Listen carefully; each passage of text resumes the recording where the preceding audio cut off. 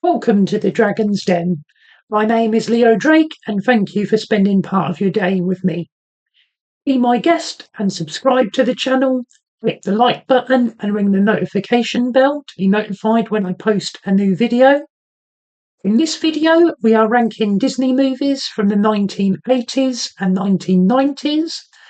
I previously did a video going through the films from the very beginning up until the end of the 1970s. So if you have not watched that video, please do so. I'll be discussing the movies during this video, so consider this your one and only spoiler warning. There are 15 movies in this list, and it has been the hardest one I've undertaken so far. Deciding what is better between Pocahontas or Tarzan, Hercules or Little Mermaid, Aladdin or The Lion King, this is going to be tough. So let's get to it.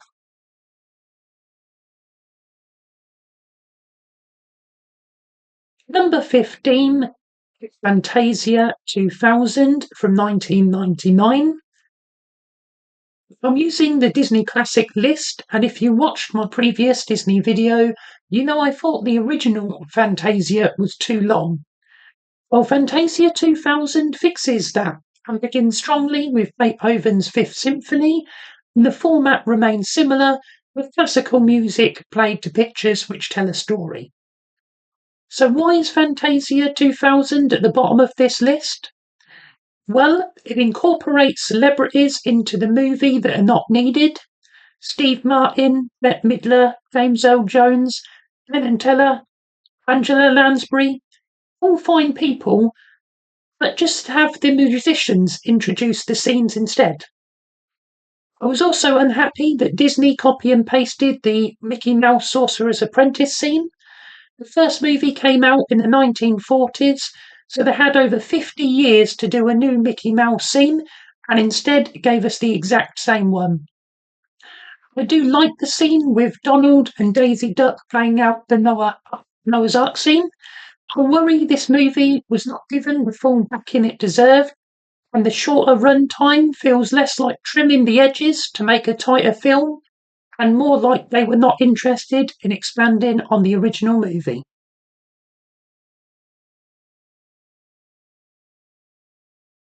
Number 14 is Oliver and Company from 1988.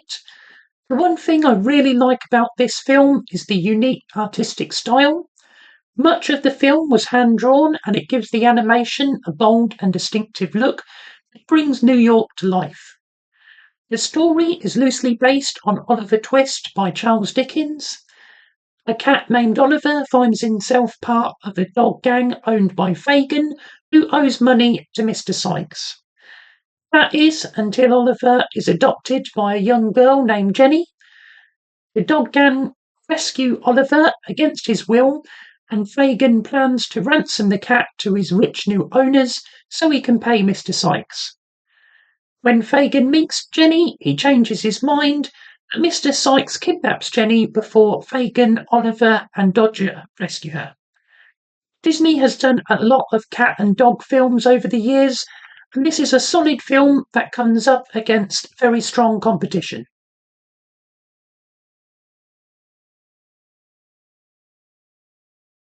Unlucky 13 is The Black Cauldron from 1985.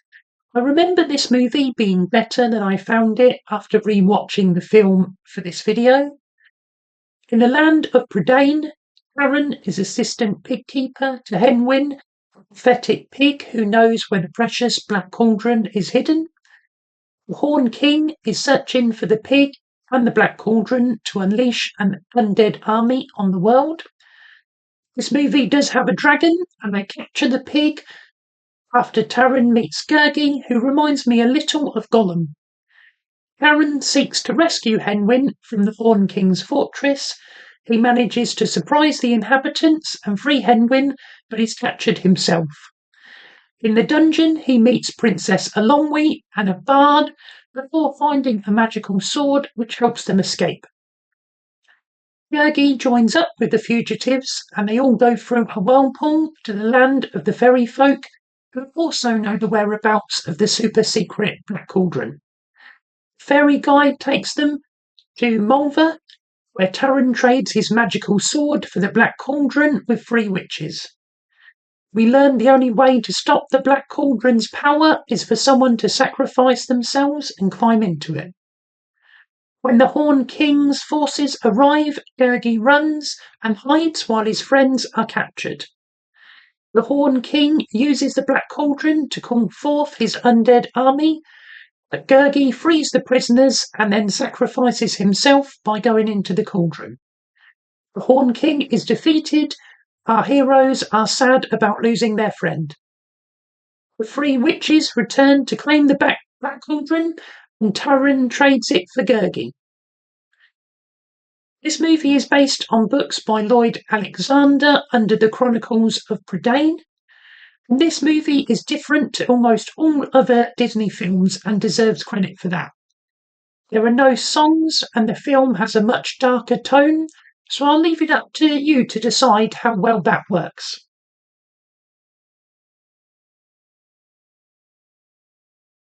Number 12 is The Great Mouse Detective from 1986, based on Sherlock Holmes by Sir Arthur Conan Doyle. I always believed this movie was called Basil, the Great Mouse Detective. Apparently I was wrong. In London, a toy maker is kidnapped and his daughter seeks help from Basil of Baker Street. Helped by the kind Dr. Dawson, Basil agrees to help Olivia find her father. The kidnapper was a peg-legged bat named Fidget. Can't be too many of those about. Who works for the nefarious Professor Rattigan, who, despite his name, does not like being called a rat. The game's afoot when Rattigan seeks to replace the Queen with a mechanical duplicate made by the toy maker on her Diamond Jubilee. Basil foils Rattigan's plan, but Rattigan takes Olivia before escaping on an airship. Basil pursues and they crash into Big Ben, where Rattigan falls from the bell tower. A good movie, but we've got a long way still to go.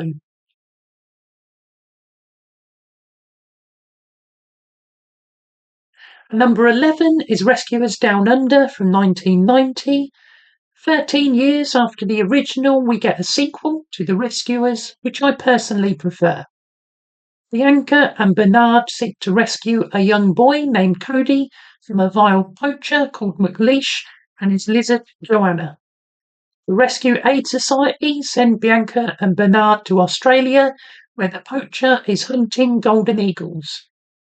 Orville, the albatross, is replaced by his brother Wilbur, who hurts his back upon landing. Bernard plans to ask Miss Bianca to marry him, and is interrupted by the mission, and when a native ranger, Jake, takes a shine to Bianca. McLeish tricks Cody into revealing the eagle's nest's location, and traps the eagle along with Bianca, Jake, and Cody. It is Bernard who rescues the eggs before freeing his friends and knocking McLeish into crocodile-infested waters. Cody and the eagles are saved, and Bernard proposes to Bianca.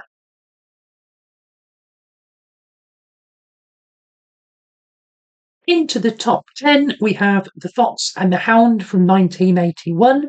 The first time I watched this film, I remember it being really sad. A baby fox finds a home with a nice old lady who calls him Todd, while a local farmer brings home a puppy named Copper, and the two become best friends. After the farmer tries to shoot Todd for being on his land, and the older dog Chief chases him, the farmer goes on a hunting trip with Chief and Copper, leaving Todd alone for the winter.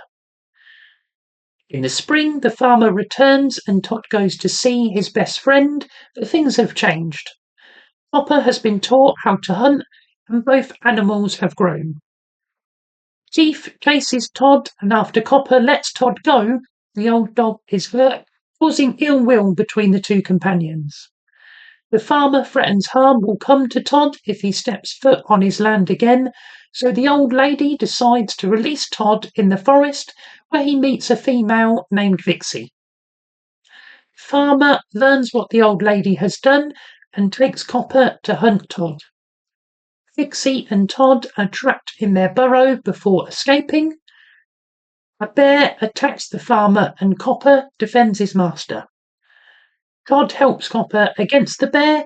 When the farmer finally has Todd in his sights, Copper protects him.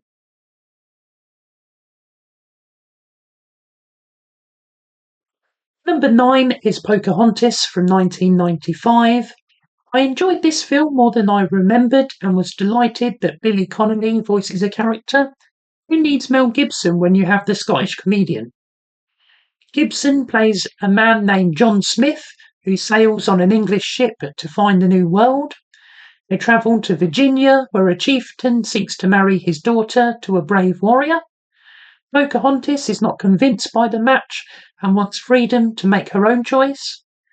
Around the River Bend and Paint with All the Colours of the Wind are good songs. And this film comes before the likes of Tarzan and Moana, which share certain parallels in the storytelling. Miko the raccoon is a funny character, and Pocahontas must try to protect her people while learning to trust John. Governor Ratcliffe wants gold and uses John's capture by the natives to incentivize his men to attack. Pocahontas rescues John and convinces her father not to fight. Governor Ratcliffe fires a shot at the chief, and John Smith takes the bullet. John is taken home to receive medical treatment, so the couple do not live happily ever after, as we see in most Disney films.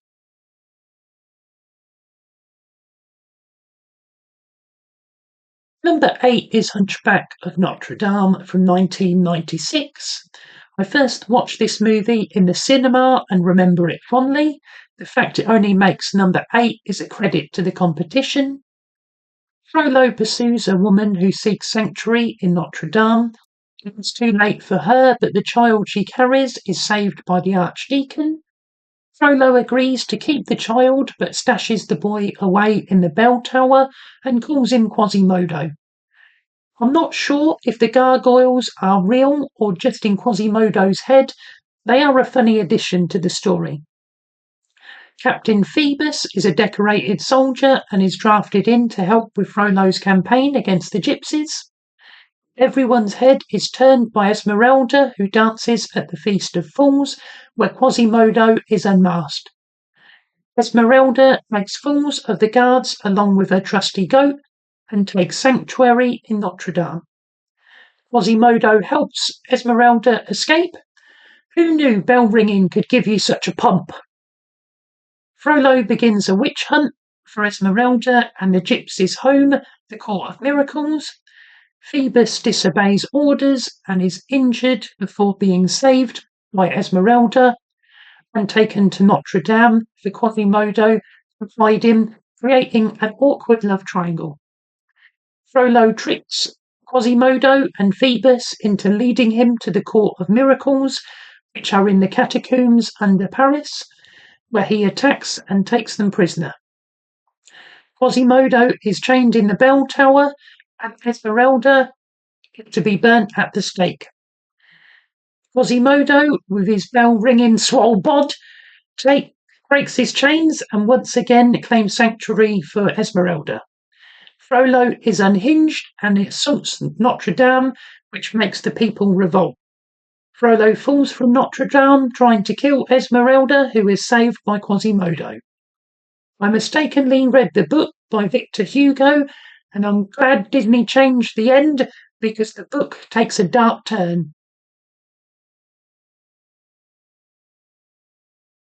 Number 7 is Tarzan from 1999, based on the books by Edgar Rice Burroughs. Phil Collins provides the songs for this film and does a great job. Tarzan's parents are shipwrecked and build a house in a tree in the jungle.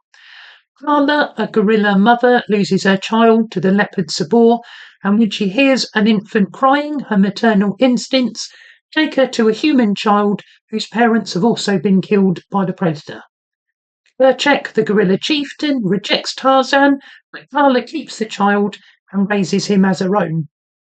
A slight problem I have with this movie is some of the voice acting, but generally Tarzan is a great film. Tarzan retrieves an elephant hair as a rite of passage causes a stampede. He feels different and that he does not belong. As Tarzan grows older, he gets stronger and finally kills the boar. Everything changes in the jungle when people visit the island and Tarzan realizes there are others like him. Jane, Clayton, and Professor Archimedes Q. Porter are searching for gorillas in the mist and hope Tarzan will lead them to the beast. In exchange, they teach Tarzan about his own kind. When the boat returns to take them home, Tarzan agrees to show them gorillas. Dirk and Tantor distract Kerchak, but when the chieftain returns to find strangers in his camp, Tarzan is forced to subdue him. Carla shows Tarzan where she found him as a baby, and Tarzan decides to leave with Jane. Clayton traps the gorillas and Tarzan as the missing link so he can make money from them. Dirk and Tantor help Tarzan rescue the gorillas, but Kerchak is killed by Clayton. Tarzan defeats Clayton and becomes the new chief. Jane and her father remain behind. 2 worlds, 1 family.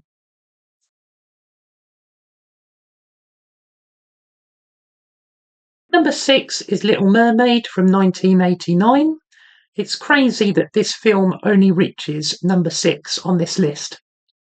King Triton has trouble with his 16-year-old daughter Ariel, who is fascinated by the world above, and who can blame her with all the dingle hoppers and snuff blacks you could ever want. Ariel is banned from the surface and watched by Sebastian the crab, who knows that life is better under the sea. Ariel saves Prince Eric after his ship is wrecked during a storm. Ursula, the sea witch, makes a deal with Ariel to give her legs in exchange for her voice. Ariel has 3 days to make Eric fall in love with her, or she belongs to Ursula forever. When Ariel and Eric start getting close, Ursula uses Ariel's voice to enchant Eric, and the sun goes down on the 3rd day without a love's true kiss. King Triton takes Ariel's place, meaning Ursula becomes queen. Eric hits her with his ship, breaking the spell and freeing all the sea witches' prisoners. Ariel and Eric are married as King Triton returns to watch over the seas.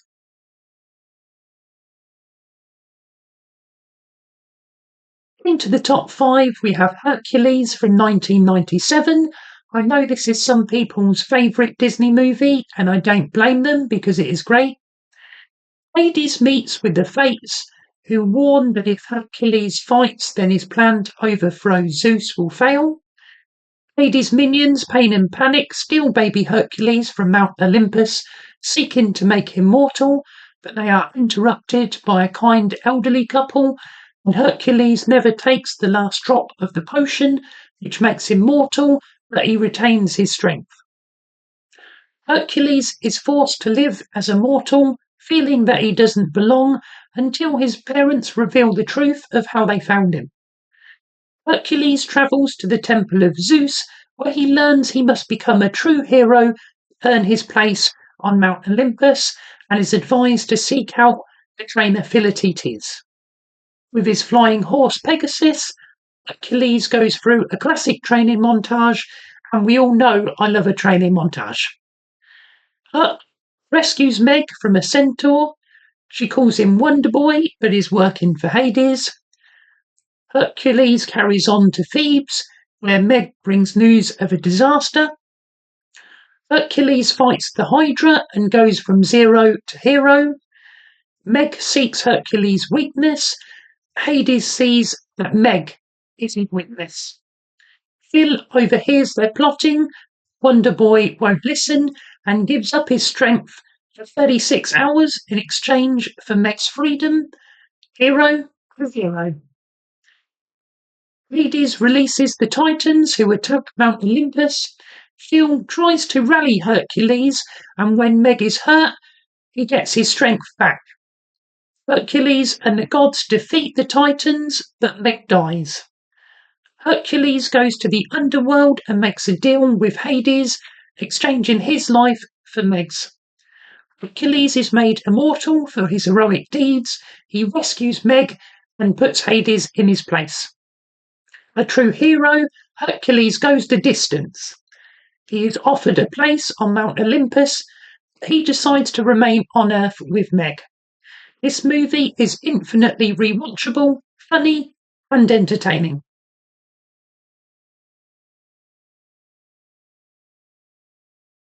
I know what you're thinking. How could he put Hercules only at number 5? Well, part of the reason is at number 4, we get Aladdin from 1992, set in Agrabah. Jafar is seeking the diamond in the rough to retrieve a lamp from the Cave of Wonders. Princess Jasmine is unhappy at having to choose a husband and runs away only to be rescued by a street rat named Aladdin and his pet monkey Abu. Jafar is a good villain. His banter with Iago makes them a great evil duo. Jafar is the Sultan's most trusted advisor and is controlling him with a snake staff. Jafar wishes to marry Jasmine so he can become Sultan. Aladdin survives the Cave of Wonders due to a magic carpet and discovers the lamp holds a genie who grants 3 magic wishes. Robin Williams' voice work is exemplary, and you ain't never had a friend like me. Aladdin wishes to be a prince so he can marry Jasmine, which creates a whole new world, until Jafar sees through Aladdin's disguise and has him thrown off a cliff into water. The genie rescues Aladdin for his second wish, but Aladdin decides not to free the genie as he is worried about being exposed and having to be Sultan without the genie's help. Iago steals the lamp and Jafar sends Aladdin packing as he wishes to be Sultan and a great sorcerer. Aladdin returns with help from the magic carpet and tricks Jafar into wishing to be a genie. Phenomenal cosmic power, easy bitty living space. Aladdin frees the genie and the Sultan changes the law so Jasmine and Aladdin can be married. Aladdin has a strong cast, and although I have not seen all the sequels to every Disney classic movie, I think Aladdin has some of the best. If you would like me to review all the sequels which do not make the Disney classic list, let me know in the comments below and I'll see if I can get round to it. Right now, let's go to the top 3.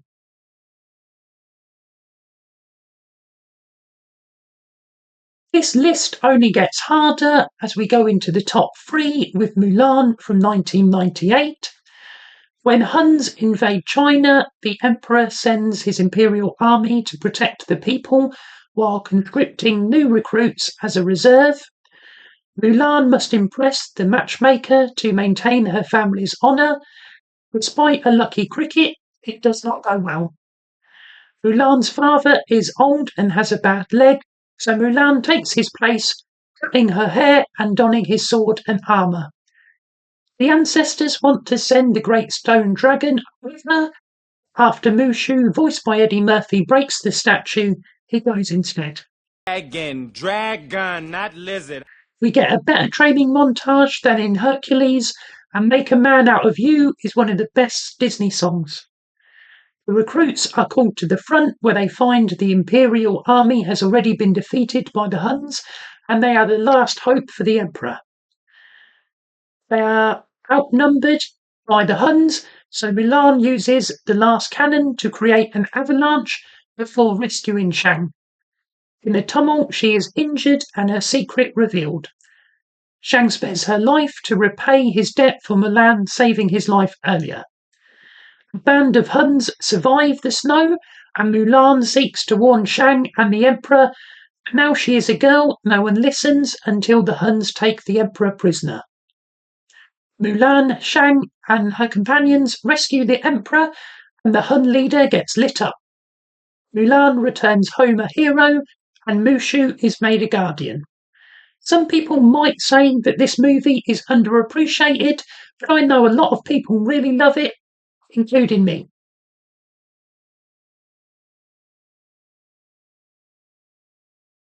Coming in at number 2 is Lion King from 1994, which has great voice actors like James Earl Jones, Rowan Atkinson, Whoopi Goldberg, and my personal favourite, Jeremy Irons.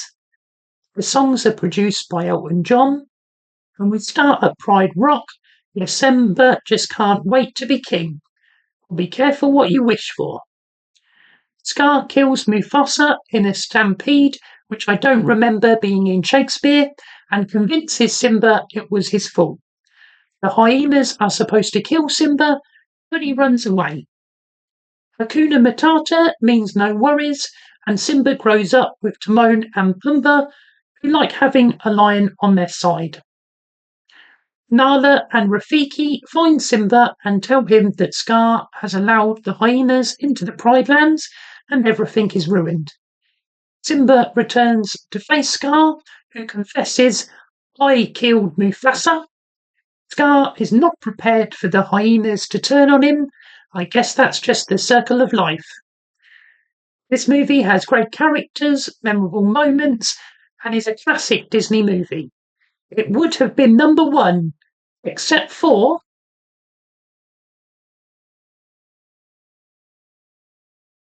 while this list has been the hardest I've done so far, I'm resolute in my top pick. I think I've seen this Disney movie more than any other, and it does not diminish in my eyes, and that is Beauty and the Beast from 1991. After a spoiled prince dismisses a beggar woman, she transforms into a beautiful enchantress and curses him and those that dwell in his castle. The spell can only be broken if the beast can learn to love and be loved before the last petal falls. Belle's father, Maurice, gets lost in the woods and seeks respite from wolves in the castle. However, the beast throws him in the dungeon for trespassing. Gaston wants Belle to marry him, but she wants more than this provincial life. Belle goes to find her father and takes his place as the beast's prisoner. Crazy old Maurice seeks help in town, but no one believes him. Be our guest, but don't go into the West Wing, as Belle runs away and the beast saves her from those nasty wolves. It's a tale as old as time, with the beast letting Belle go to aid her father, and while she is trying to protect him from Gaston's mad plot, she reveals the beast. Gaston seizes the opportunity and convinces the town to march on the castle. There is a battle for the castle and a fight between Gaston and the beast, where Gaston falls from the turrets. The beast is hurt and dies, but not before Belle whispers she loves him, and the spell is broken. This movie can make a wardrobe an interesting character. The songs, voices, and characters are all really strong. In probably the best era for Disney movies, Beauty and the Beast is my number 1 pick of the 80s and 90s. Thank you for watching. Let me know your top 5 Disney classic movies from the 80s and 90s below. If you haven't already, please subscribe to the channel, give it a like and share it. I'm looking to post a new video every Monday, so be sure to come back for that and click the link on the screen to watch another Disney video. Until next time, hoorah! Oh!